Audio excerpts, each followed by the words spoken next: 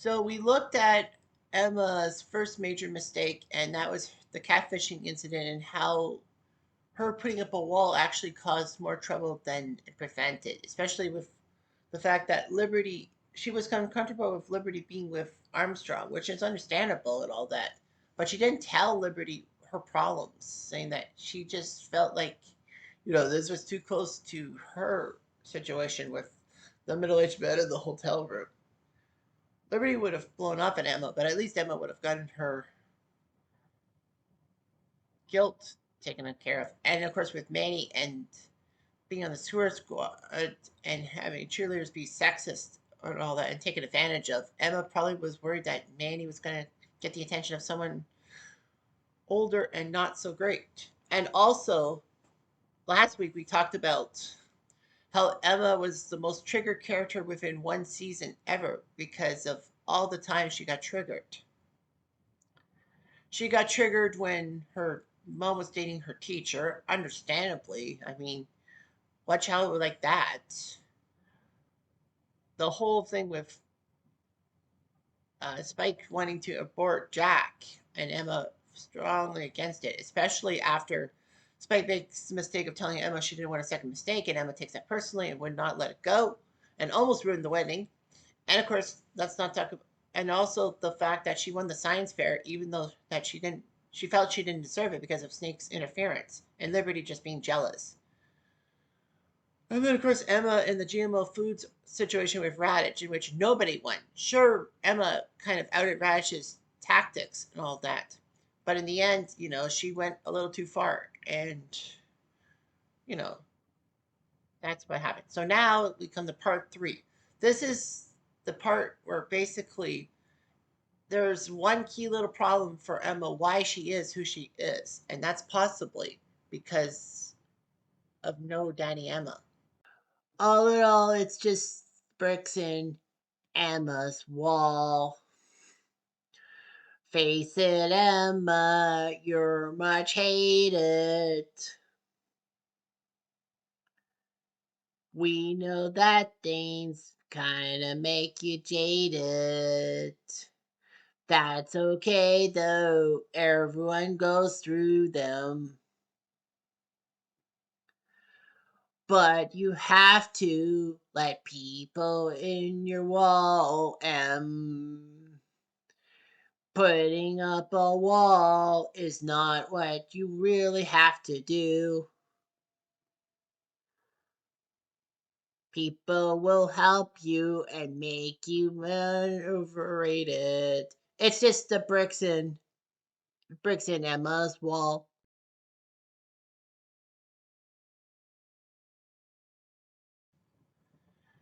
So for the want of this episode, we're going to talk about season three and how Emma may have been triggered by what's happened to her dad and all that.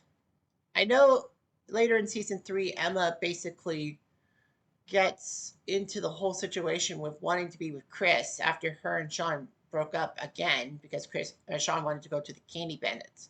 So Emma pursues Chris and Emma helps her out, and then Emma then grows a spine, if you will, and says she can't be evil and ruin Chris's supposed relationship with Miranda. So she goes home to the rave and finds Mandy and Craig on her bed. So she's like, what is going on? So, Manny and Emma break off because Emma does not want Manny to be hot. She wanted her to be cute in a sense, but thinking that Manny's grabbing the wrong attention. They both blow off at each other, and it takes Manny's abortion thing to get Emma to realize that she needs Manny and Manny may need her. So she protects Manny from Craig's tongue scalding. And that's my stance. It's the woman's right to choose about the whole situation. The man doesn't have much say in it and all that. So, of course, that's the whole thing with Emma and all that. But that's not the main reason of the season three. I had to figure a season three topic, and this was it. So, what do we know about Emma's dad? Well, in Degrassi Junior High, early in season 1 in the episode It's Late. It's when Spike fools around with a guy named Shane. And then Spike ends up being pregnant for some reason. So she's scared, but she manages to get her mom's help and all that. She, of course, wants Shane to tell his parents that she's pregnant and all that. But Shane refuses to do so because his father is a minister, and you know how church families sometimes are. Case in point, Becky's family in Degrassi season 13. Nevertheless, Shane hesitates, but he finally does tell his parents, who basically decide that the best solution to it is to wipe their hands clean of the situation. Shane will go to a boarding school where his two older brothers go, and basically they'll just make sure that Emma is nowhere to be seen around them. They figured that Spike would give up the kid anyway. So they have that meeting, and basically they say that you will never have to worry about Shane will never have to worry about Emma again. But Shane finally grows a spine and tells his parents off, saying that their parents are just trying to get rid of him in any way possible, and that impregnating Spike was the best way possible. So he vows to give up half his allowance to Spike for stuff to prove that he's a good father.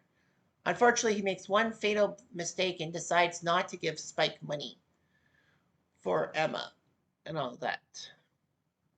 And, Spike thinks he's a jerk. I understand that. Also, the fact that Spike didn't want Shane to see Emma and all that. When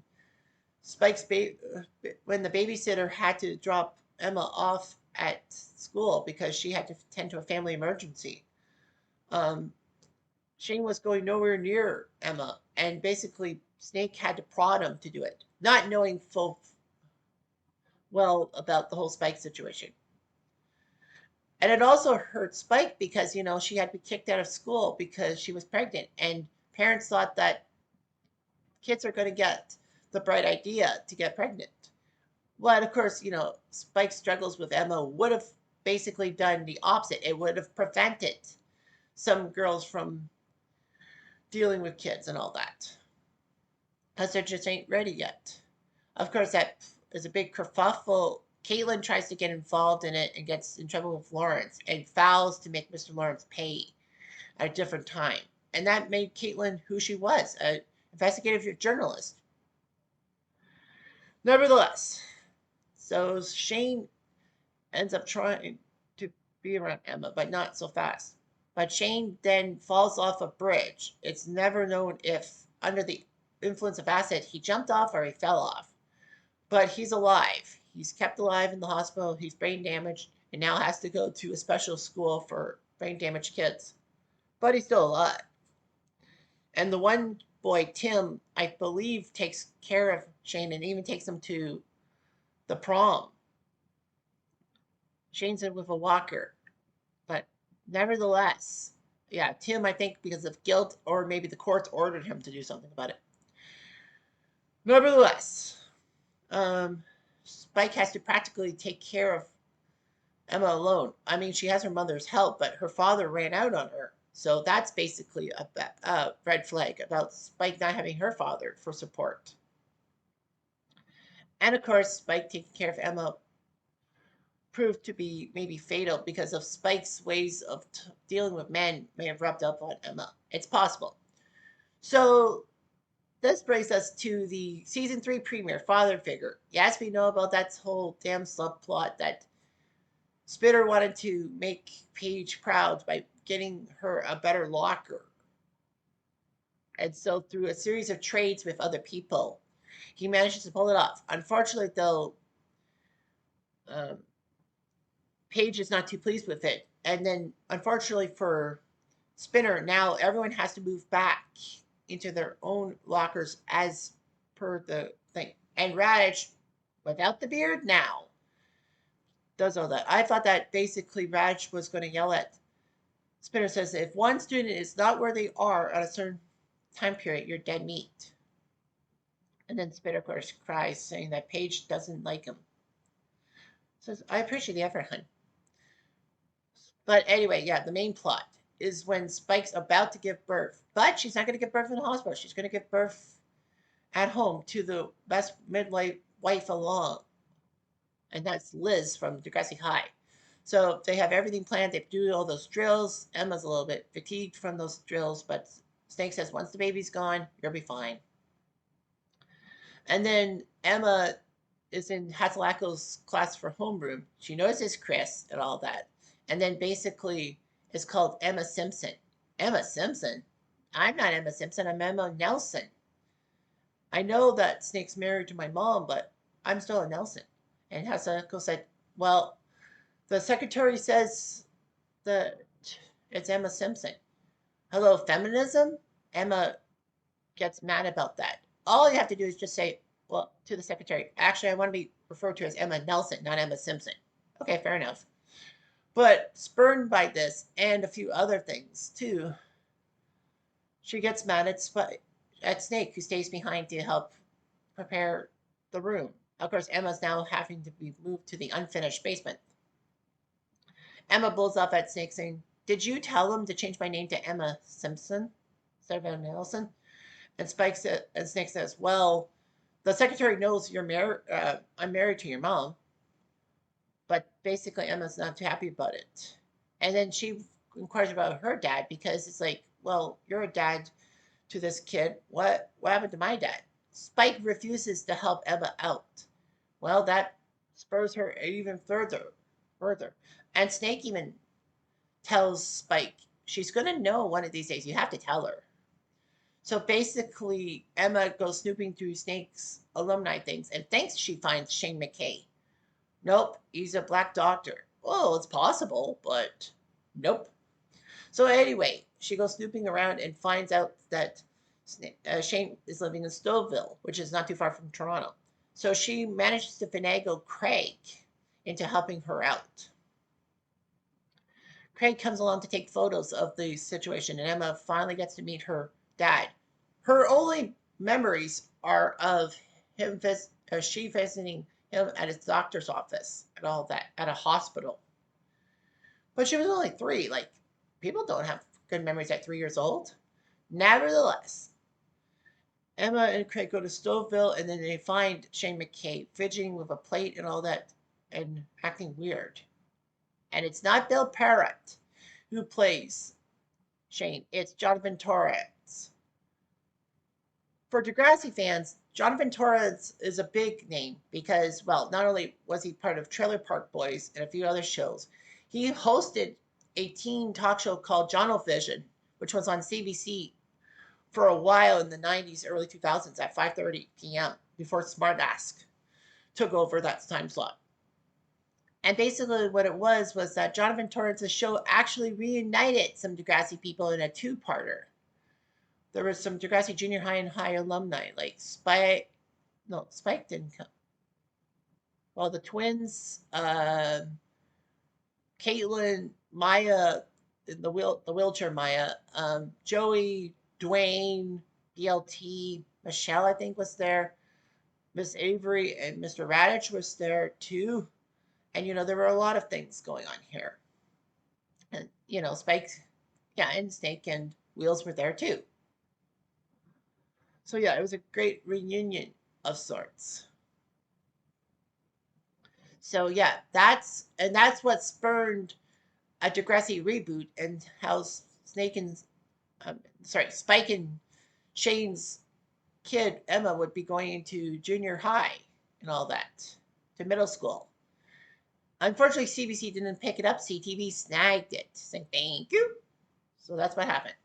So anyway, she goes to Stouffville, finds Shane, and finds out that Shane is mentally challenged, like brain damaged, and he thinks that Emma's a small kid and all that. But Emma proves that she was that one and that she's 14 now.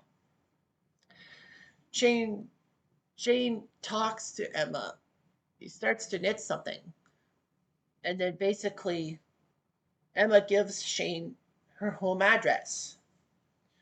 And then, she was a little bit puzzled by the whole reunion. Unfortunately for her and Craig, they're stuck in Stouffville because the train left. last train left.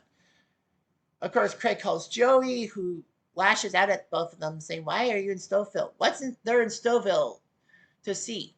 And Emma says, "My dad." And Joey had that concerned look. It doesn't help matters for Emma that Spike basically lashes out at her. And Emma basically says, "Why didn't you tell me these things? What would you have done with me? I was only 14. I didn't send him away. His parents did." And that's the truth. If you watch Degrassi Junior High, you know that his parents sent him away. They put him in this thing and put him in this facility to get rid of him so that they don't have to worry about Emma. What a bunch of pricks. But remember, this is the late 80s, early 90s when morals were way too high compared to the 2020s. So, yeah. So, of course, they have an argument. Emma lashes out at Snake saying, "I don't care what you think. You're not my real dad." And then the next day, Snake confronts Emma. Emma was skipping breakfast. Well, kind of skipping seeing Spike because of their fight. Anyway, Snake does the noble thing and tells Emma the whole story that, this was a whole thing that Shane's parents did not want Shane to get involved in the baby to you. And Shane was trying to prove them wrong, but he took acid one day during a concert and then he either fell off or jumped off. We don't know what happened. It was never made any obvious. But, he wanted to care for you. And then, of course, with him in that state, there was no way he could have done it. And then Emma then finally realizes her 3-year-old, her fuzzy memory was actually of him at the mental hospital, not the real hospital. And Emma's like worried. Spike was worried that Shane was going to hurt poor Emma and all that. And Snake says that, yeah, your mother was waiting till you got older, and that was probably not the best thing. But Emma, she needs your help and all that. Snake does the right thing by calming Emma down, knowing that Emma blows off steam as she usually does. So Emma decides to phone home and talk to Spike. Spike is preparing herself when all of a sudden, guess who's here? Shane. How he got from Stouffville to Emma's house, it's unknown. But anyway, he scares Spike into her pregnancy and all that. Thankfully, Liz is there to save the day and all that.